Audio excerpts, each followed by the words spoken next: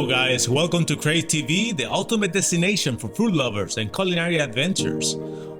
On this episode, we're going to make something very exciting. I'm making a lobster omelette. For this recipe, we're going to use eggs, shallots, chives, basil, a lobster tail, butter, mozzarella, burrata, mushrooms, and pecorino. Let's begin. We are going to start dicing shallots. This product is part of the onion family. Some people describe the flavor as an onion and with a hint of garlic. When it's raw, shallots are peppery like red onion, but become sweet when you cook them.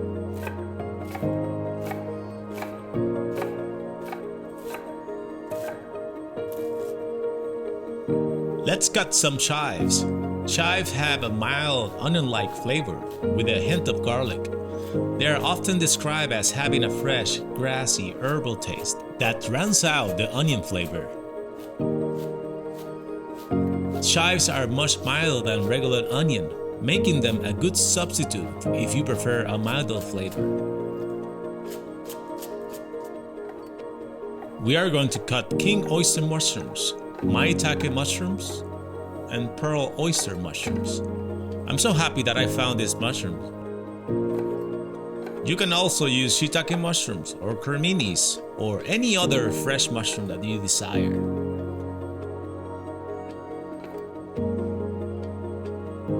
Burrata originated in Puglia, a region of southern Italy. It was created as a way to repurpose leftover mozzarella curds and cream from the cheese-making process. Burrata has a rich, milky, buttery flavor with a subtle sweetness. It's made by filling a ball of fresh mozzarella with cream and curds, then folding the mozzarella skin over the filling and tying it into a ball. We're going to simply cut it into strips. This cheese will definitely elevate the flavor of this recipe. Using a grater, we're going to shred mozzarella cheese. This cheese has a delicate flavor profile that often described as milky, grassy, and floral, with a hint of tang. The flavor can vary depending on the type of mozzarella.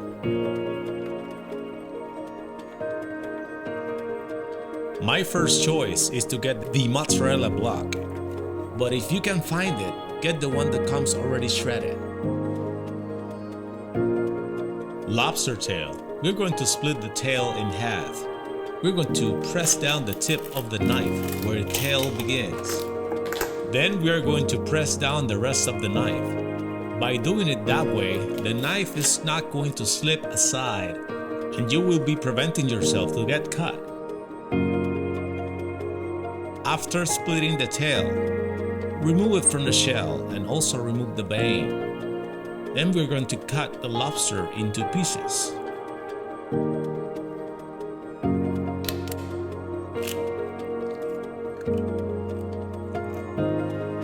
We are going to whisk 4 eggs and we're going to whisk them until it doubles the size, incorporating some air so that we can have a fluffy-like texture. We're going to season the eggs with salt and pepper, and at the end we're going to add the chives that we cut earlier.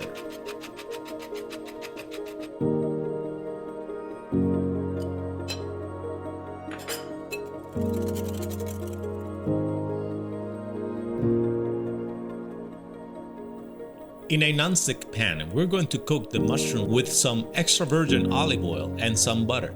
King oyster. This mushroom have a rich and savory and umami flavor with nutty, earthy, and woody notes. They also have a meaty, firm, and slightly chewy texture that some compare to scallops, abalone, or calamari. They are neutral in flavor when raw, but develop their full flavor when cooked. It's a very versatile ingredient that can be used in many dishes. Maitake. These mushrooms have a feathery appearance and earthy and peppery flavor.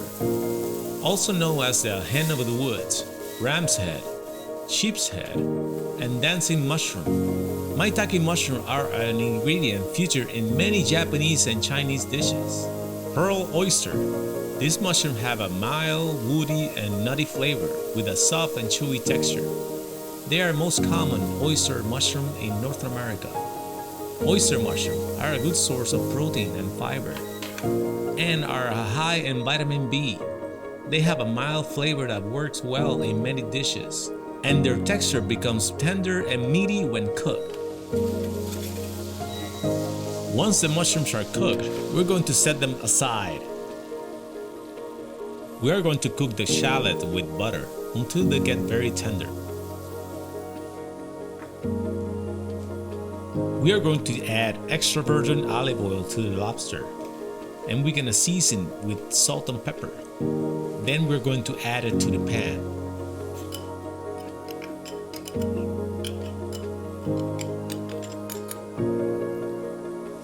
Once the lobster is halfway cooked, then we're going to add the mushrooms.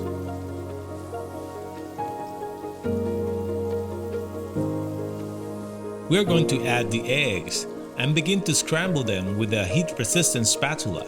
We're not cooking the eggs all the way, and you will see the reason why.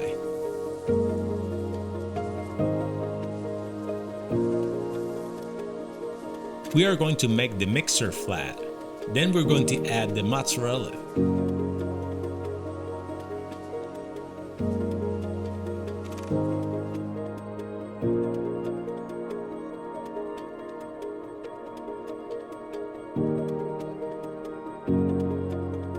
And in the oven, we're going to broil the omelette until it reaches this beautiful color. Now we're going to top off the omelette with a burrata.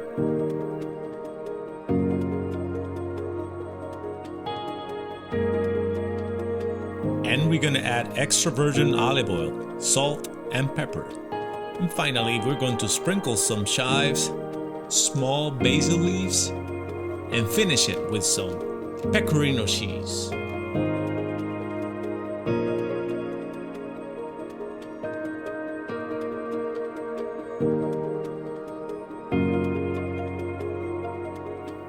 Pecorino is a cheese that has a salty, tangy, and grassy flavor profile, with a sharp saltiness and a touch of spice.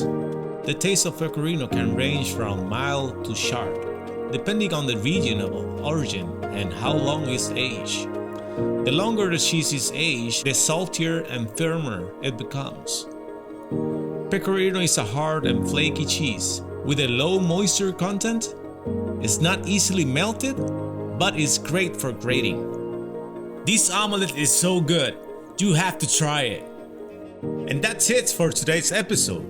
If you enjoyed this recipe and want to keep up with the craving, hit that subscribe button and ring the bell so you never miss out on our latest culinary adventures. If you have any suggestions or questions, please drop them in the comment section. We would love to hear from you. Thanks for watching, keep craving, stay inspired, and see you next time. God bless.